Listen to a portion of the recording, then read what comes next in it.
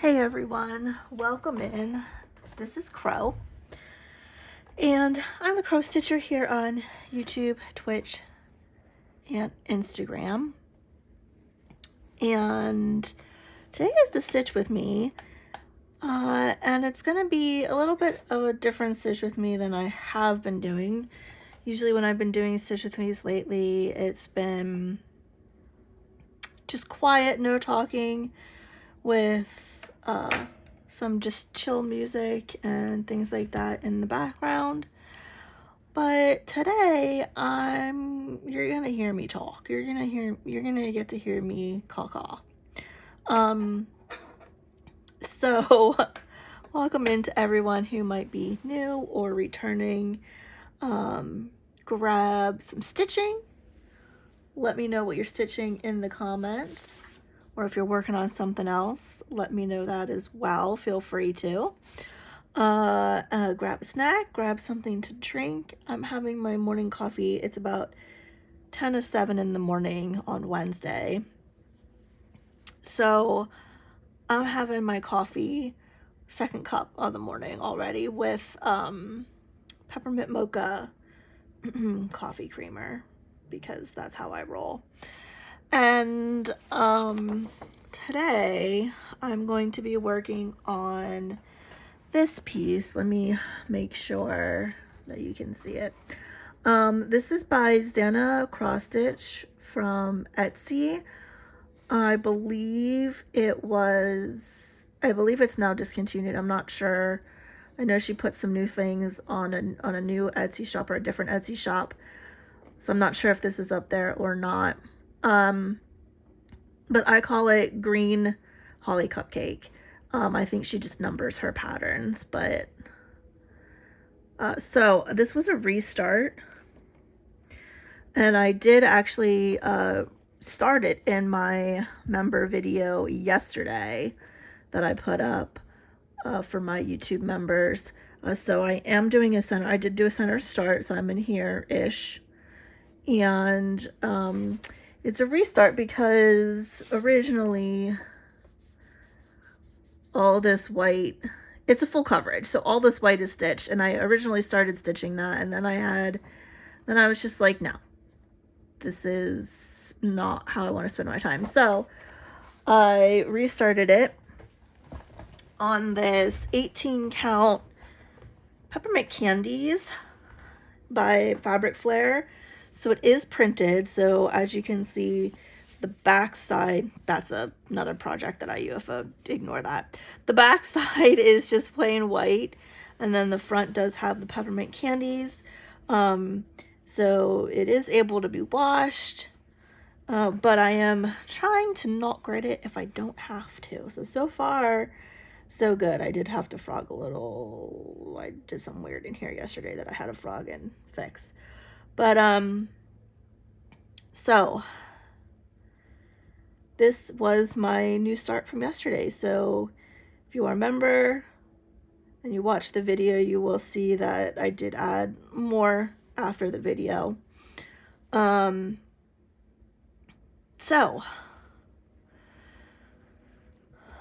let's get started. I need a sip of coffee.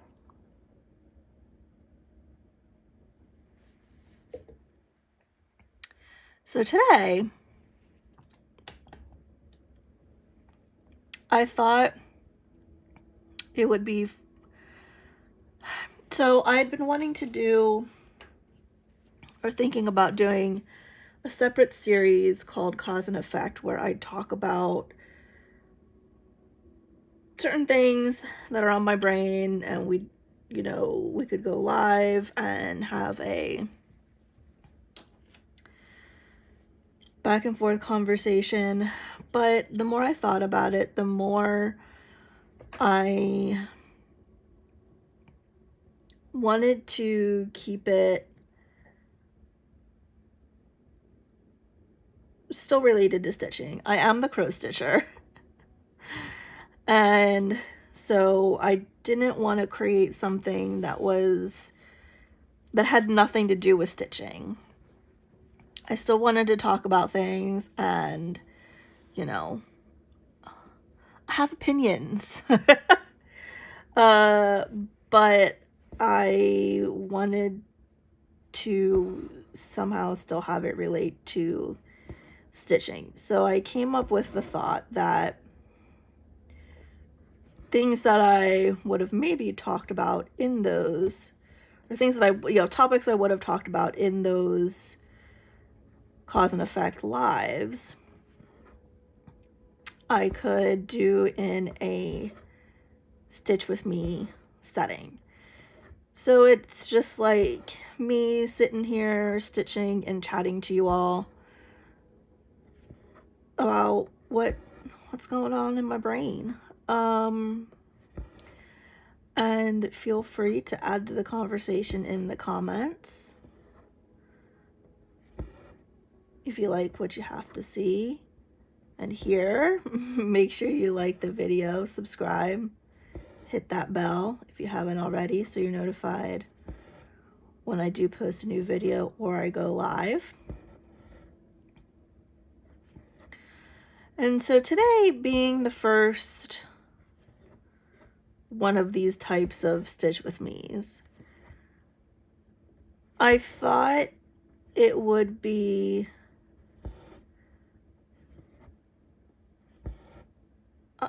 I don't know, a good idea. I don't want to say fun because that's not really the right word. Apropos, maybe, to talk about something craft related. And I have talked about this before on some of my floss tubes. But I thought it was something that would be good to reiterate and just kind of open up the conversation a little bit more, talk about it a little bit more in detail, because it is something that I think needs to continue to be said and made aware, because I don't think there's a lot of people who really realize that it's happening, and maybe we can kind of help keep an eye out for each other. So I just dropped my needle. So what I want to talk about is how I just lost my spot. How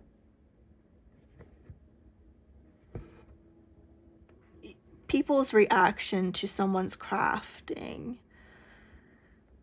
whether it's, this is sort of cross stitch because that's what I'm where I've seen it, but I'm sure it happens in other crafts, other arts as well, can really put people off of their work. So I've seen comments here on YouTube. I'm not on Facebook because that was just too toxic for me. But here on YouTube, a little bit on Twitch. Oh, I've seen people make comments and really judge someone's work, someone's process, someone's number of whips, someone's lack of finishes, someone's number of new starts. It goes on and on and on. Like you name it, basically. I've seen or heard of someone judging and being nasty towards someone else, and sort of trying to dictate how another person should be stitching or going about their process. And then subsequently, on the back end of that, I've seen how it can really affect those people that it's directed towards, and can and does really put them off their stitching, their hobby, their creativity, not wanting to do it because they feel like they're doing it wrong, because this one person or multiple people, basically told them that they're doing it the wrong way. And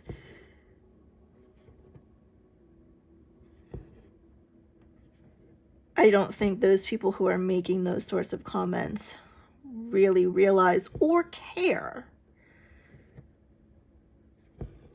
I think that's a big distinction. That how damaging that their comments can be and are. And so I wanted to give a little kind of personal story about this. And my experience and sort of how I overcame that.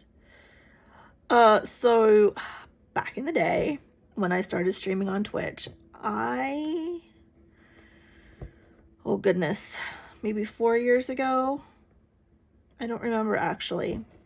About 4 years ago. I did cross-stitching on Twitch. Shouldn't come as a surprise. And I did a Monday, Wednesday, Friday schedule, and slowly build up my following and viewers, and got regulars in, and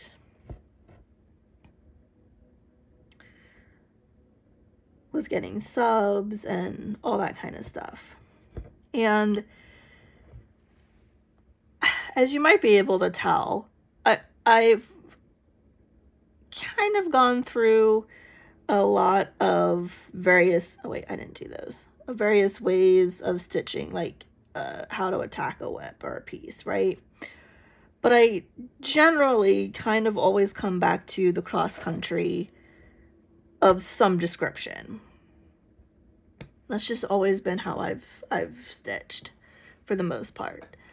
And so that's what I was doing. I was doing full cross country for my full coverages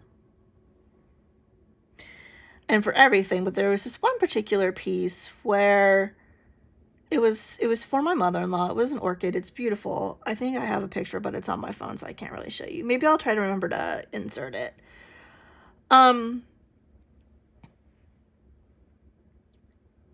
And I was working on a couple other pieces on stream as well, but there was that piece, and then there was a gnome that was like a community stitch along piece where a lot of people in the community were stitching the same gnome. It was like a red wine gnome or something.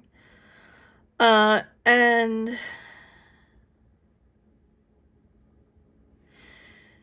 there was one person in particular who, and anyone who may have been there at the time will know who I'm talking about. For anyone who was not there at the time, it doesn't really matter who it was, just that this person existed. And they were a parker. They did parking by row, I believe, if I remember correctly. So they would go along the row, pick the first color, then park where, stitch it, then park it where it went, pick the next color, park it, pick the next color, park it, and go row by row that way. So they filled in every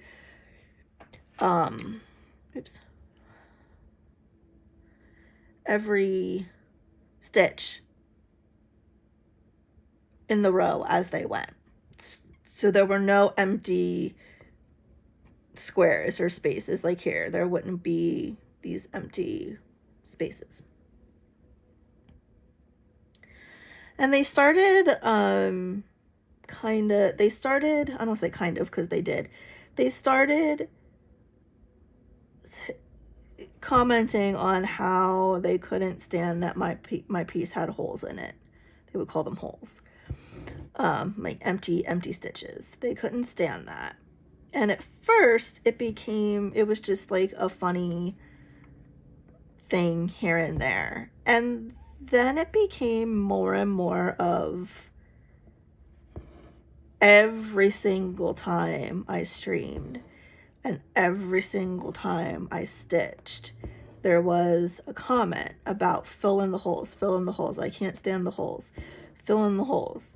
And then it got other people to start saying it as well. And no matter how many times I would say, they will get filled in eventually. That's not how I work. You know, or I would say, oh, I'm going to leave this space, this hole until the very end, just to, you know, to try to kind of combat it with some humor. It didn't stop this person, and if anything, kind of just made her do it more and more aggressively and more aggressively. And it got to the point where I didn't want to touch either of those two whips at all. I didn't want to look at them. I didn't want to bring them out. I started to dread streaming because at the time I was doing those pieces on certain days. So like every Wednesday would be the gnome, and you know, every whatever it was, I don't remember exactly, but like, so I started dreading streaming because I didn't want to take those whips out to work on, because all I could think of was those comments. And then I started wanting to not stream at all because I knew that no matter what piece I took out, those comments were still going to exist. And it really derailed me. And I really just wanted to be like, you know, shut up. Like, shut the hell up. It's not your, you know, it's not your piece. You're not the one stitching it.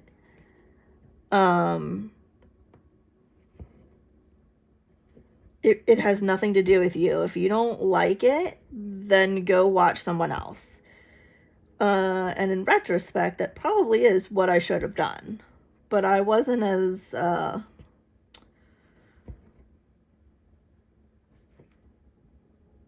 hard set with my boundaries then as I am now. So I didn't say things that, not even aggressively, just that matter-of-factly, right? I didn't set that boundary, which was, you know, that was my problem. But it really made me not want to stitch even outside of streaming, because all I could hear when I stitched was fill in the hole, fill in the hole, fill in the hole.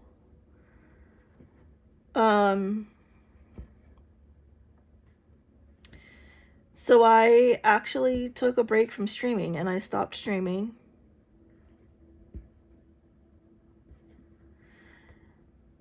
And did not touch those whips. And it was sort of a problem because the one was a gift from my mother-in-law, like I said, the full coverage. And it got to the point where I was like, okay, I need to stitch this to get this done for her. So I got it out. And just the like physical revulsion I had by getting that whip out and not even starting to stitch it, but just looking at it, like getting it out, touching it, seeing it, like the visceral reaction I had was just like, ugh, like, no, I you know. But I did. I started stitching it, and all I could hear every stitch I put in was, go back and fill in that hole. Why are you leaving that hole? Go back and fill in that in. And I just forced myself to keep stitching on it.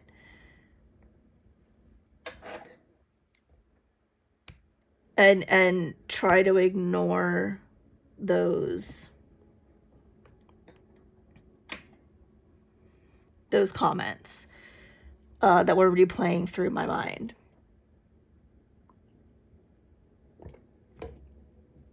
The gnome I never finished, the gnome I UFO'd.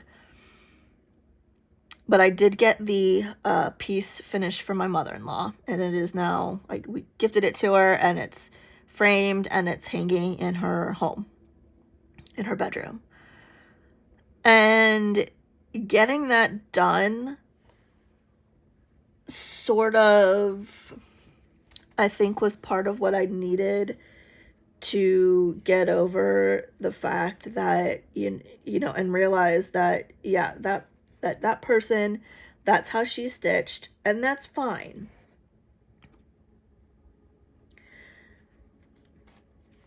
But that's not how I stitch. And I can obviously still finish full coverages or finish whips, finish projects, whether they're full coverage or not, right?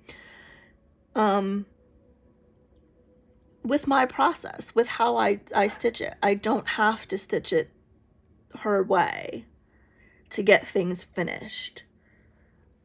And persevering through that is what really helped me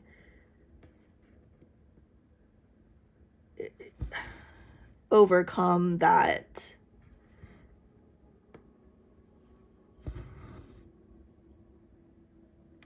block of, I just don't want to stitch anything because I'm just going to get berated for it. And now when I see those sorts of comments from other people, directed to other people, I don't really get it anymore myself because I think I have set the boundaries quite well. But not to say that it couldn't happen to me again as well.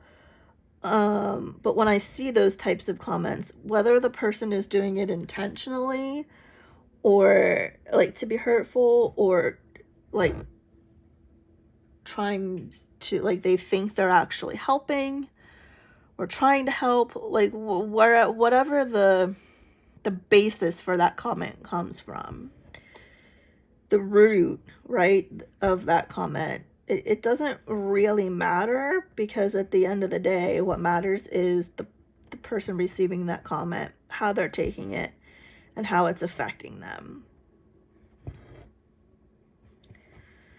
And so this is just a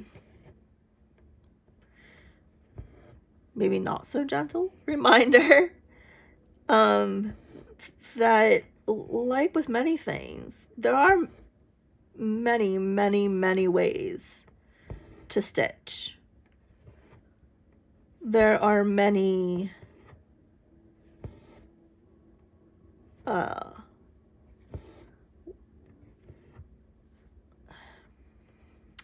processes, that's the word I'm looking for. There are many kinds of fabric, kinds of threads, kinds of, you know, anything. There's no right or wrong way to approach a whip, to attack a whip, to finish a whip.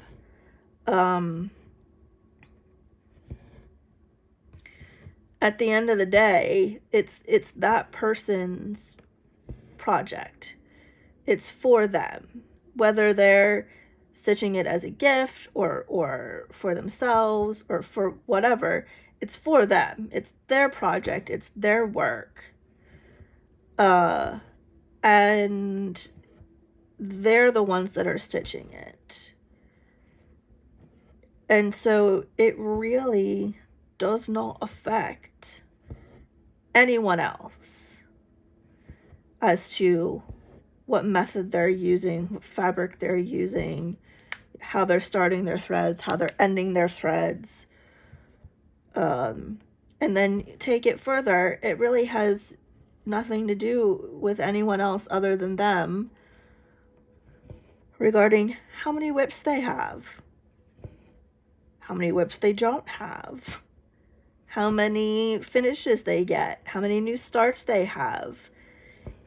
It has nothing to do with anyone but them. So if you run across someone who is leaving those sorts of comments on someone else's video or post or story, wherever it is, whatever social media platform, you know, say something, whether it's something directed to the person leaving that comment or it's something positive to the person receiving the comment.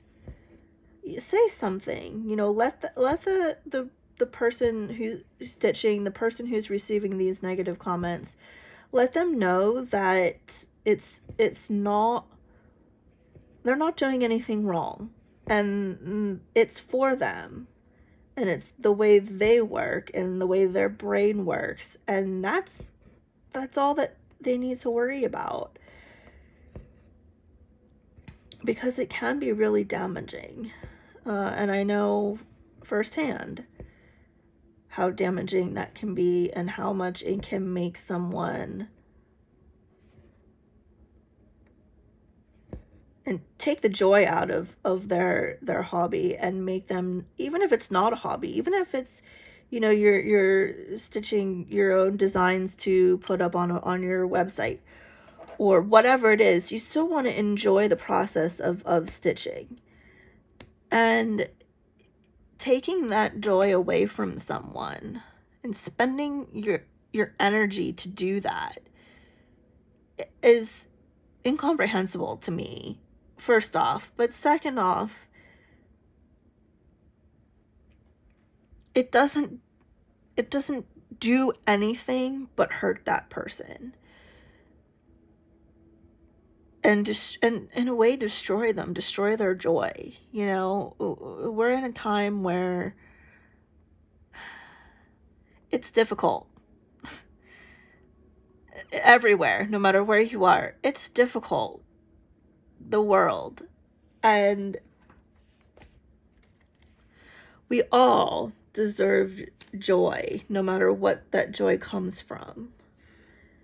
And I feel like there are a lot of people who are discovering the joy of stitching or crocheting or knitting or tatting or whatever, kind of hobbies and crafts that were sort of kind of put to the side for a little while.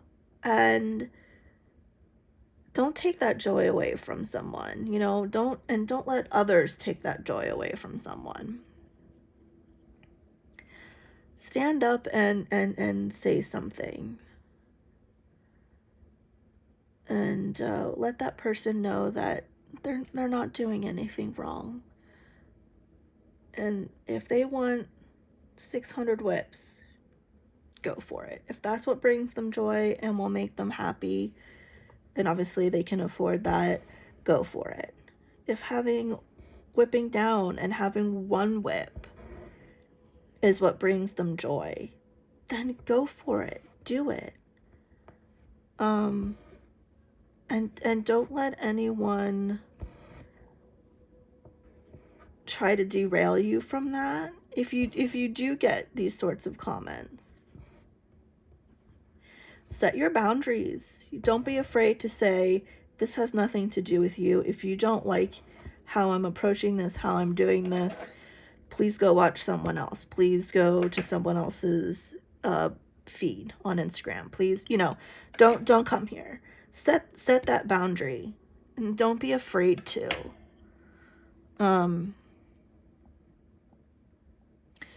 Now, that's also not to say that people can't and shouldn't and don't ask for tips. If someone asks for a tip, by all means, offer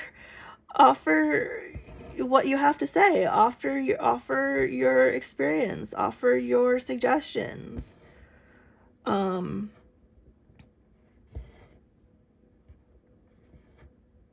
There's nothing wrong with that, and that's how we learn. That's how we learn new techniques and new approaches and new methods, or how we think to maybe combine a couple methods together. Or, there's nothing wrong with asking a question and for suggestions or tips, and then obviously certainly nothing wrong with replying to that question. But that's different than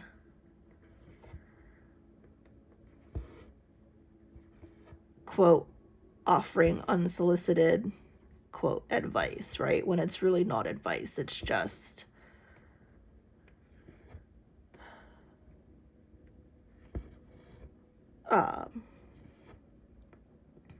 judgment. So that is what I have to say about that.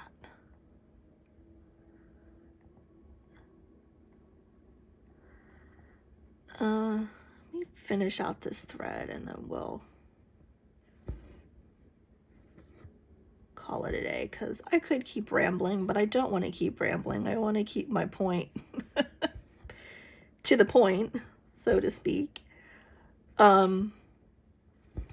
So what are your thoughts on the subject? Have you ever experienced something similar or something along those lines of being judged and put down and then not really wanting to continue stitching or stitch on a specific piece? I'd love to hear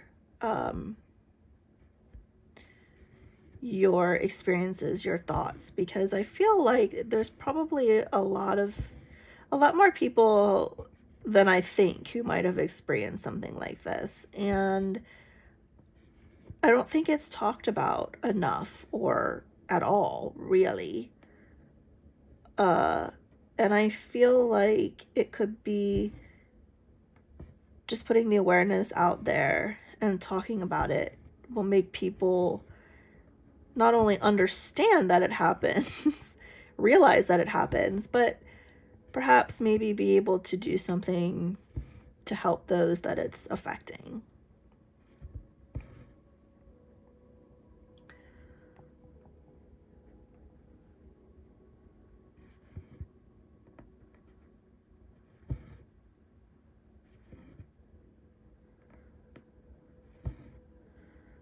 We should be getting, this is completely off topic, but we should be getting a berry soon-ish.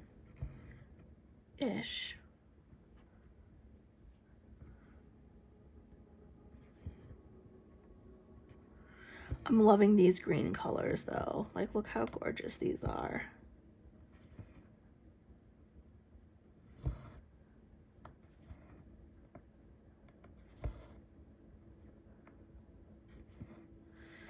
But I will take this time at the end to say, to remind everyone that I do have memberships open on my channel here. There is one membership tier. I consolidated it all to one, so it'd just be easier for everyone to follow and understand what's going on. You get priority reply to comments. You get member-only lives, member-only videos, participation in member-only polls. So if that's something that interests you, please go and check that out. And thank you for your support, no matter how that support comes, whether it's liking the video, subscribing, becoming a member, commenting. It's all support, and it all helps me and the channel, and I really appreciate all of you. You know, I couldn't be doing this without you, so it's very cliche, but it's true. So this is where we got to. I got 127 stitches done, so not too shabby. So thank you all again for coming in. Feel free to leave your thoughts in the comments below. Let's open up the conversation, and stay healthy, stay safe, happy stitching, and we'll see you next time. Bye.